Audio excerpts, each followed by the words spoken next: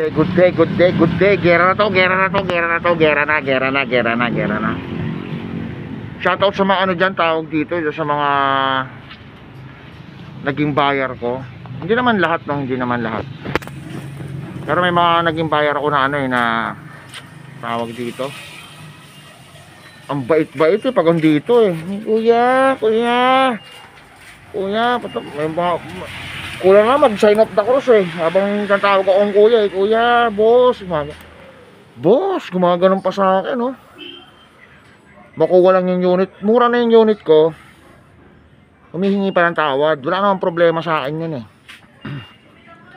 Pero alam naman natin na second hand. So eto na, naiuwi na yung unit. Tuwan-tuwa eh, umalis eh. Pag nito labas yung gums eh. Eto na, nauwi na. Mga isang buwan mahigit, nag-message. Boss, ba't ganito yung unit, boss? Ang hina agad ng preno. Sabi ko, boss, a-adjust nyo lang yan, boss. A-adjust nyo lang yan. Sagot ba naman eh. Hindi naman dapat ganito, boss, kasi isang buwan pa lang. Okay nang sabi ko. Boss, i-adjust nga lang yan, boss. I-adjust. Sabi ko, motor nga ng anak ko eh. Bago eh. Wala pang isang linggo eh, mahina na preno, in-adjust lang namin. Eh isang linggo sa inyo, isang buwan na eh. Gusto isole dahil daw humihina ang preno. Ang inang okay, yung mga tao ngayon pabubo ng pabubo. Putang ina, nabububuhan ako sa tao ngayon.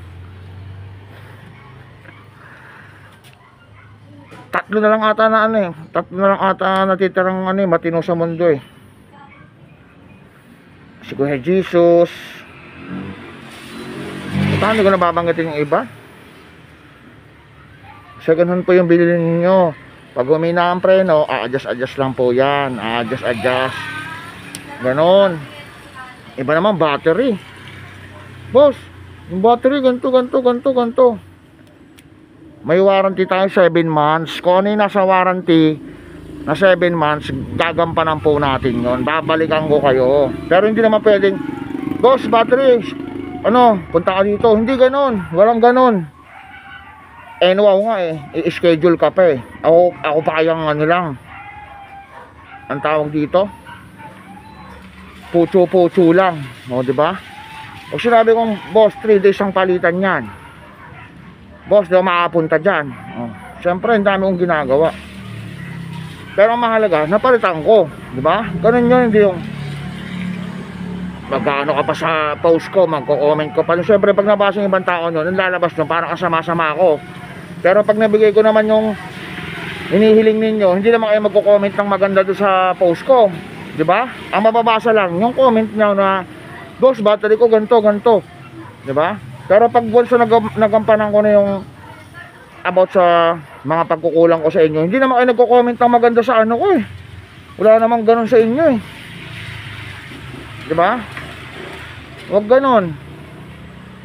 Sasali pa tayo sa ano, sa 21. Ready na ako, wala nang hubaran to. Bra!